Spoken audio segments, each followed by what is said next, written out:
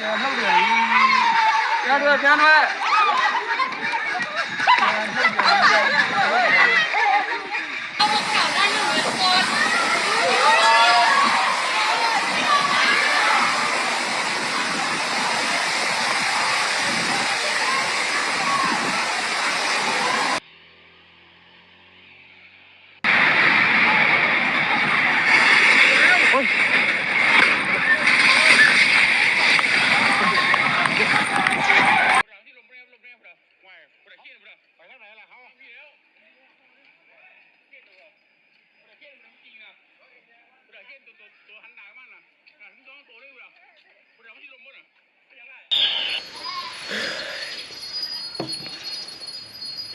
สบายดีเนาะท่านผู้ชมจากที่บ่าวตะคำออกมาจากป่ามาเนาะหลังจากที่บ่มีสัญญาณไป 2-3 มื้อออกมาเห็นข่าวเต็มหน้าเฟซเลยเนาะพี่น้องว่าเกิดแผ่นดินไหวอยู่ประเทศไทยแล้วก็เกิดแผ่นดินไหวอยู่ประเทศเมียนมาเห็นภาพของตึกที่ถล่มแล้วก็เห็นภาพของแรงงานบ่ว่าจะเป็นแรงงานพี่น้องทางฝั่งไทยลาวแล้วก็หลายๆประเทศที่ไปส่องหาเงินคำอยู่ในจุดแห่งนั้นก็พากันแตกตื่นหนีตายเอาชีวิตรอดมาคิดใส่ครอบครัวตัวเองก็มีแต่ยังแต่น้อง2 คนเนาะคือน้องสาวล่าก็ไปทำงานอยู่ประเทศไทยไปสอบหาเงินหาคำดิ้นรน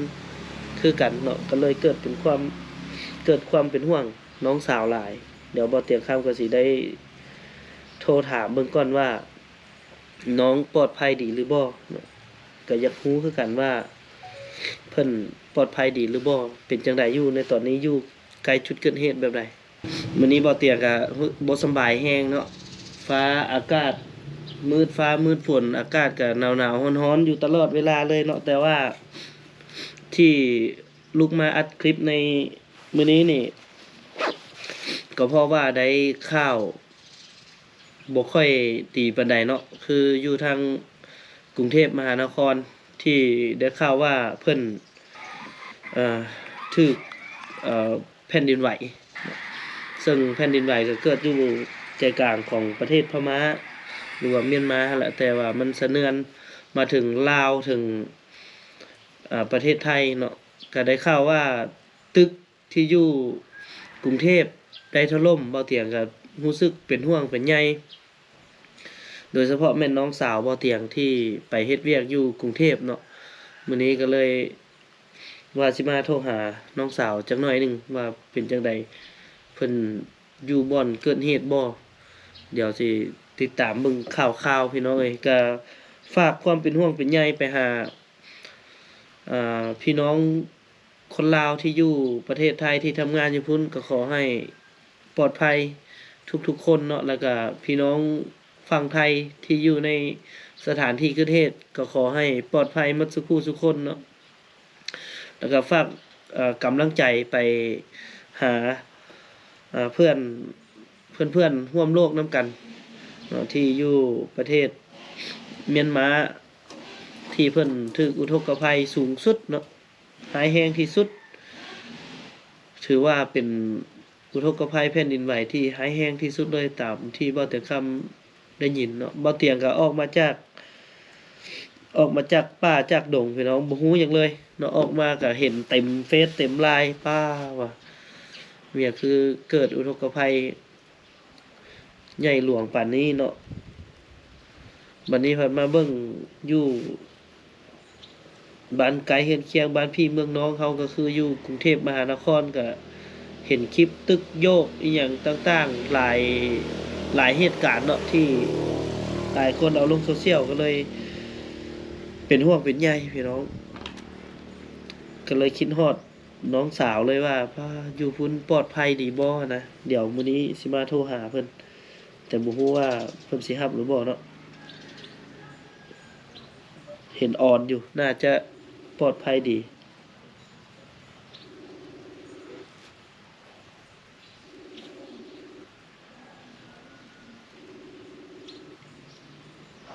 ฮัลโหล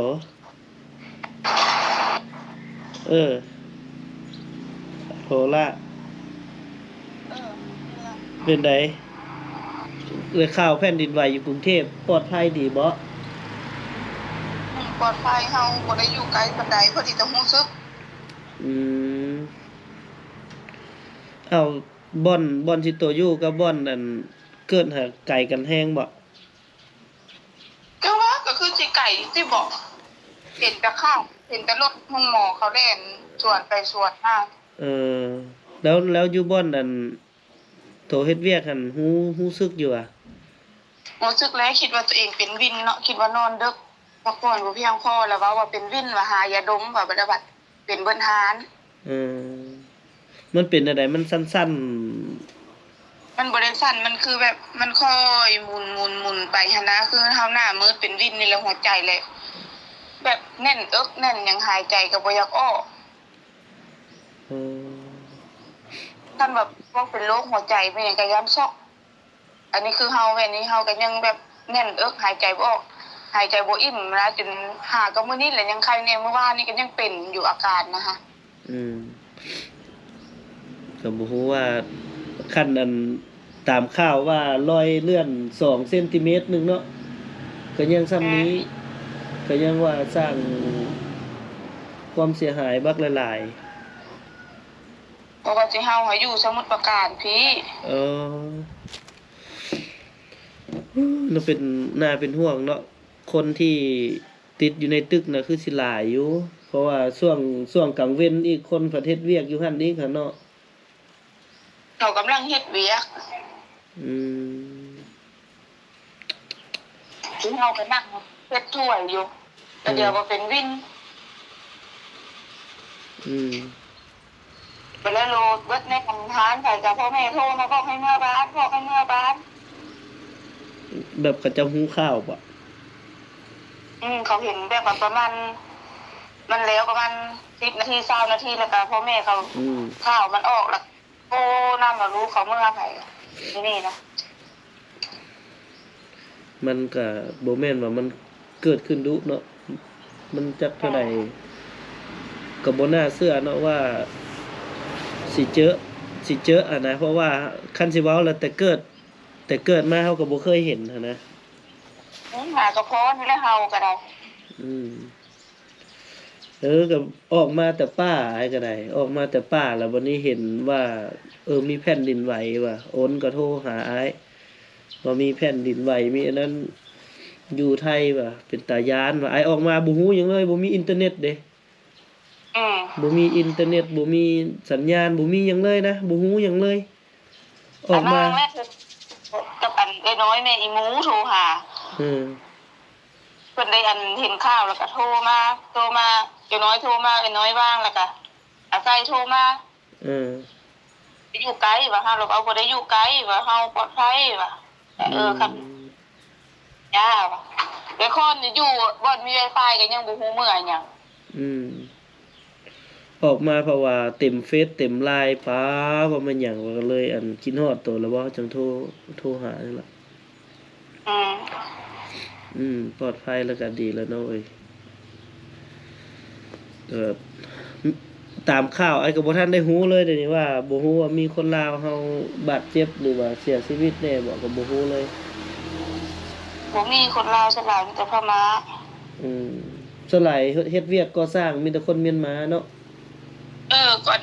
ก็สร้างตึกสูงสลายมีแต่ทางนั้นคนลาวเฮานี่ดอกส่วนนั้น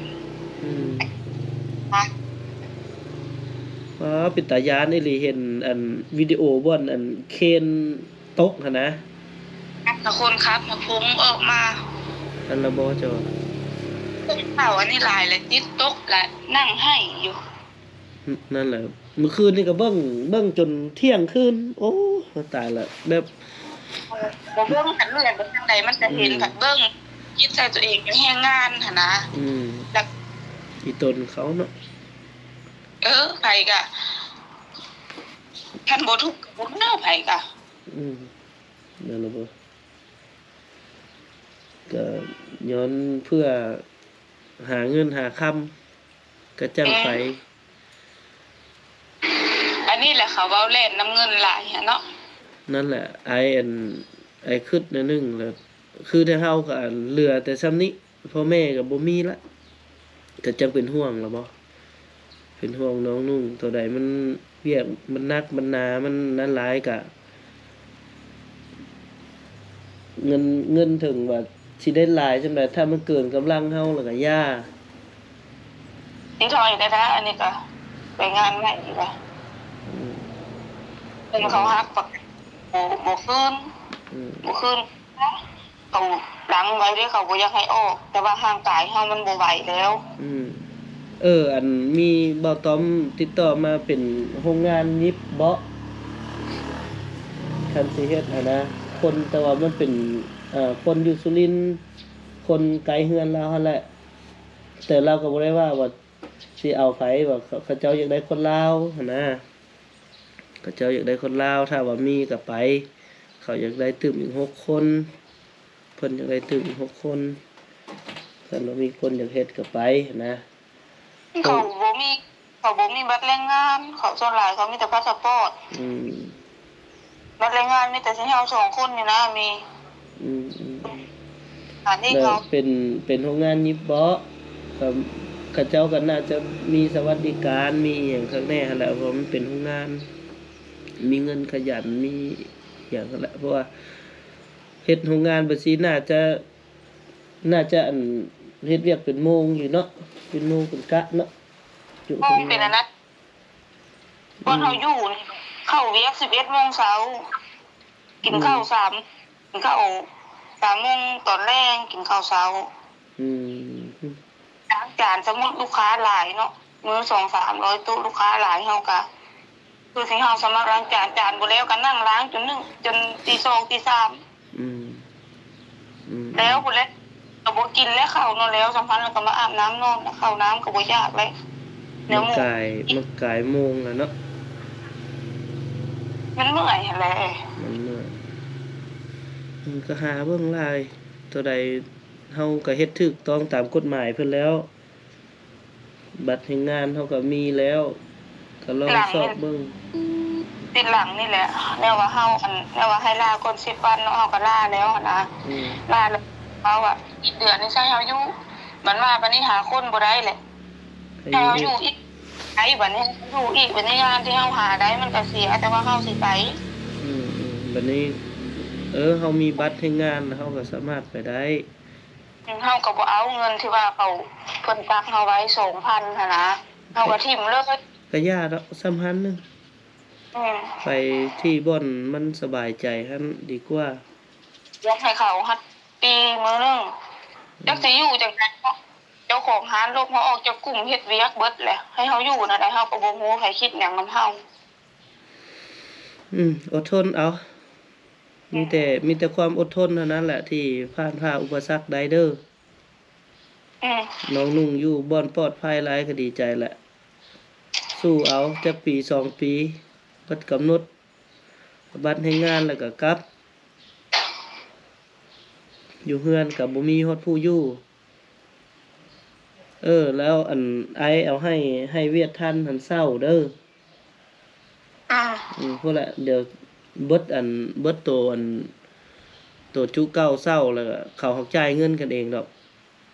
คิดตัวนี้แล้วจังสิต่อให้เขาเจ้าอีกปีนึง15 ล้านลงไปเขาหาเด้อบ่มีหยังก็สิเก็บไว้ให้โตก็ตั้งใจเฮ็ดเวียกน้องเอ้ยอดเอาให้เอาบทเรียนเอาประสบการณ์เอาความอดทนมาไว้ใช้อยู่บ้านเฮามีหยังก็อดทนเอามาบ้านเฮาอดทนสำอยู่บ้านเพิ่นมันก็สิดีหั่นแหละน้องนุ่งปลอดภัยก็ดีใจละคือวินาทีนั้นน่ะขอเพียงแต่มีชีวิตรอดเท่านั้นแหละทุกคนน่ะเงินคำบ่ได้สำคัญเลยแหละเฮาก็เล่นออกจังหารถึงน้องว่าโทรศัพท์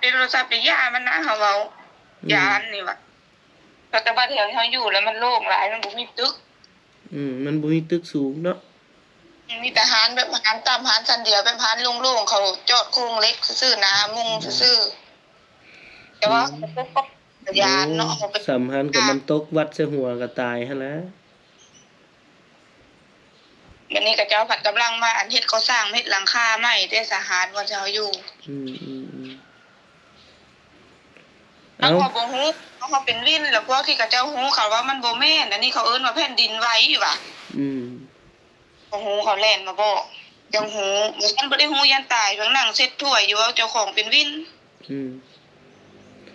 ผู้บ่ฮู้ก็บ่ฮู้อีหลีแหล้วเขาเจ้าอยู่ไกลอันบ่อนที่ว่า แบบว่ามันแห้งหั่นนะเขาก็ยังบ่ฮู้เด้ซะก็คิดเบิ่งเห็นในคลิปเห็นบอกเขาเจ้าอาบน้ำอยู่เทิงก็ยัง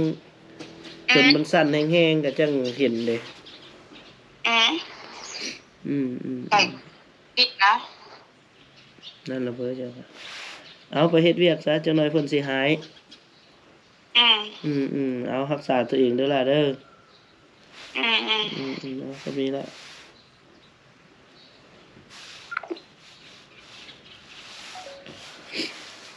เนาะพี่น้องเอ้ยก็ดีใจเนาะที่ได้ยินเสียงโทรหากันก็ยังได้ยินเสียงยังได้โอ้ได้ร่มกันเนาะในเมื่อมันเกิดเหตุแบบนั้นขึ้นมาแล้วนี่บ่ว่าแต่คนลาวเฮาเนาะที่อยู่ห่างไกลพี่น้องฝั่งไทยที่อยู่แถวภาคอีสานแล้วเข้าไปทำงานในกรุงเทพก็คือกันนั่นแหละก็ทุกคนก็สิเป็นห่วงพี่น้องเป็นห่วงลูกหลานคือกันคือก็บอกแต่คำนี้แหละก็ขอให้ทุกคนปลอดภัยเนาะแล้วก็เป็นกำลังใจให้กับเจ้าหน้าที่ของเจ้าหน้าที่กู้ภัยของฝั่งไทยเนาะที่พยายามช่วยเหลือแล้วก็ขอให้ช่วยเหลือผู้ที่ติดอยู่ในซากที่ตึกถล่มหั้นให้ได้รับความปลอดภัยหลายที่สุดเท่าที่เพิ่นสิเฮ็ดได้เนาะพี่น้องบ่เตียงก็ฝากเป็นกำลังใจให้กับพี่น้องทางฝั่งไทยที่ถูกอุทกภัยในครั้งนี้แล้วก็ฝากเป็นกำลังใจไปถึงพี่น้องทางฝั่งพม่าเมียนมาที่ถูกอุทกภัยหายแรงที่สุดในครั้งนี้ขอให้จงมีการสูญเสียที่น้อยที่สุดเนาะแล้วก็ได้รับความปลอดภัยคนที่ติดอยู่ในซากก็ขอให้ถูกเจ้าหน้าที่ช่วยได้ไวที่สุดฝากเป็นกำลังใจให้เนาะบ่เตียงก็บ่มีหยังหลายก็มีแต่กำลังใจจากสื่อทางฝั่งลาวสื่อน้อยๆอันนึงฝากเป็นกำลังใจให้เนาะสำหรับ EP นี้ก็บ่มีหยังหลายเนาะพี่น้องบ่เตียงก็บ่สำบายออกมาจากป่าเด้แล้วก็เป็นห่วงเป็นใยน้องก็เลยโทรหาเนาะก็บ่สำบายปานใดแต่ก็เป็นห่วงเป็นใยคนที่อยู่ไกลบ้านก็เลยโทรหาได้รู้ว่าปลอดภัยแล้วก็ดีใจแล้วเนาะพี่น้องเนาะสำหรับ EP นี้เดี๋ยวมาเฮานี้บ่เตียงขอลำลาไปส่ำนี้ก่อนเนาะพี่น้องเนาะเอาไว้โอกาสหน้าบ่เตียงคำจะนำเสนอเรื่องราวไปได้ก็ติดตามนำกันเนาะเป็นกำลังใจให้กับบ่เตียงคำเลยเนาะขอบคุณหลายๆ